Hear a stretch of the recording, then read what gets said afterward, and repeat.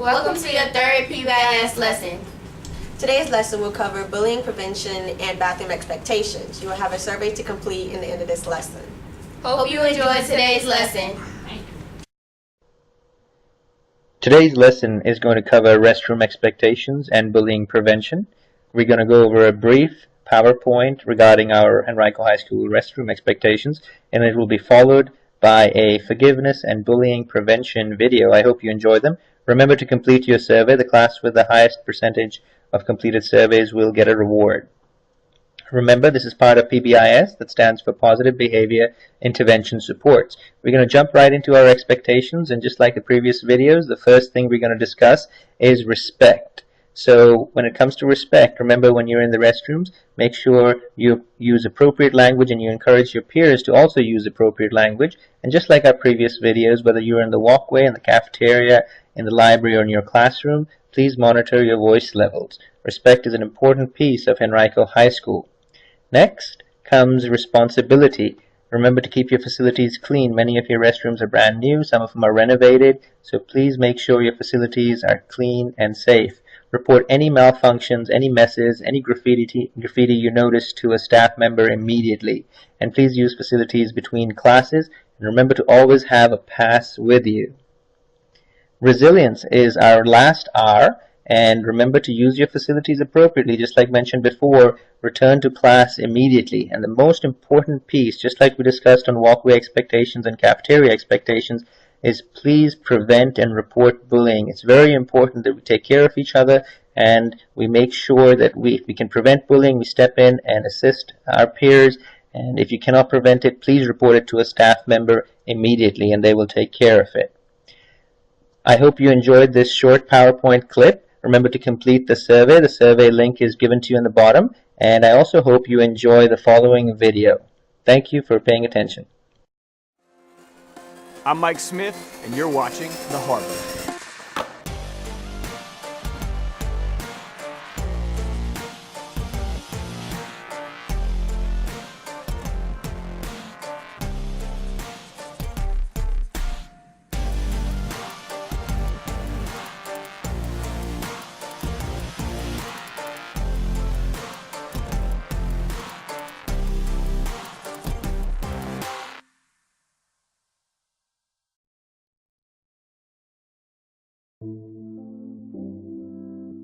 I heard a quote the other day that made me think.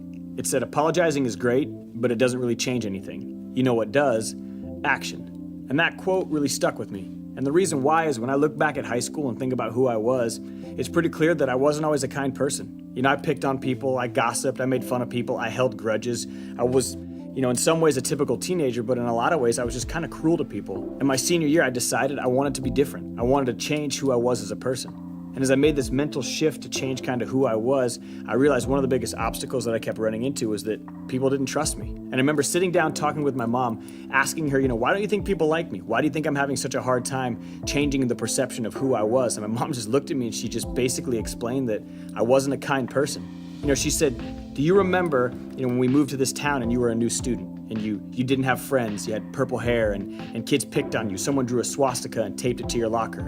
One night kids invited me to the movies to ask if I wanted to hang out, and I showed up and they didn't because it was a joke. And she reminded me of basically the pain that I went through in high school due to the cruelty of others. She asked me if I remembered all these really hurtful things, and when I told her that I did, she said, well, I'm not that kid anymore. She basically explained I was the other kid now. I was that kid that was cruel and mean to people. And she said that if I wanted people to like me, and if I wanted people to understand who I was trying to be moving forward, the first thing I had to do was apologize. The first thing I had to do was ask people to forgive me.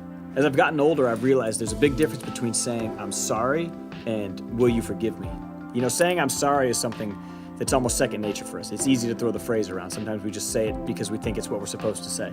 But asking for forgiveness requires action. So think about it for a second. Somebody that's hurt your feelings, they've wronged you, they've done something to harm you.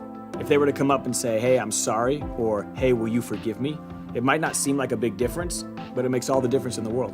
And there will come this time in life where someone wrongs you, someone hurts your feelings, or you'll wrong someone or you'll hurt someone else. And what's most important isn't what happened, but how you respond to it. And a lot of us, we've experienced it. We've seen this played out.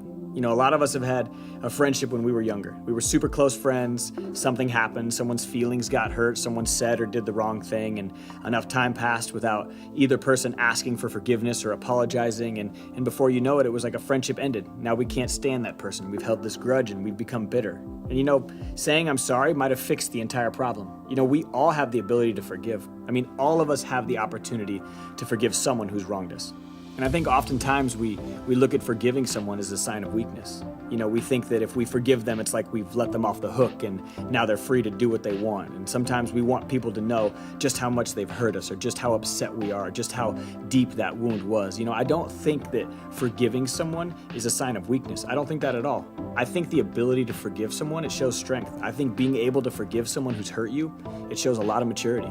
We all know people who are bitter and angry and spiteful, and it's, you know, they've got this grudge that they're holding against someone and they just won't let it go. You know, the thing about holding a grudge or being bitter is, you know, you think you're hurting another person or you think you're taking it out on them, but holding a grudge, being bitter, all it's really doing is hurting yourself. So think about the next time someone wrongs you, someone hurts you. You know, instinctively we want to get mad, we want to get bitter, we want to be angry.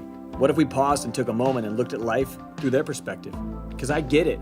You know, maybe your teacher was hard on you, but maybe they're going through rough stuff at home. Maybe some kid at school, you know, they picked on you or they were mean to you, but, you know, maybe their parents are going through a divorce or maybe they've got something happening that you don't know about. You know, maybe a coach didn't play you, but that's because, you know, you didn't put in the time. I mean, there's always reasons and factors that we don't always understand and we don't always know about.